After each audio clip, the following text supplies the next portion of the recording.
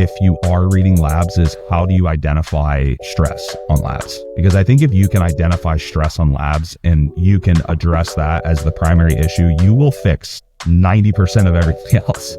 If you can just fix that one thing. With stress is if we are being coached or we're providing feedback to a coach or we are the coach ourselves, it's very difficult to quantify that because it's a subjective measure. So if you do work with a coach and they say, hey, rate your stress 1 to 10, and you say it's a 2, but that's because you're used to operating like up here all the time, a 2 might actually be a 10. But you perceive it as a 2 because again, it's just your normal baseline. So what markers can we use to identify that? There are several.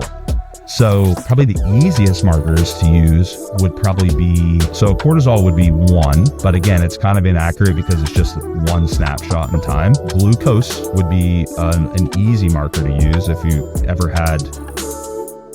had your coach suggest checking your fasted glucose. Why would you do that?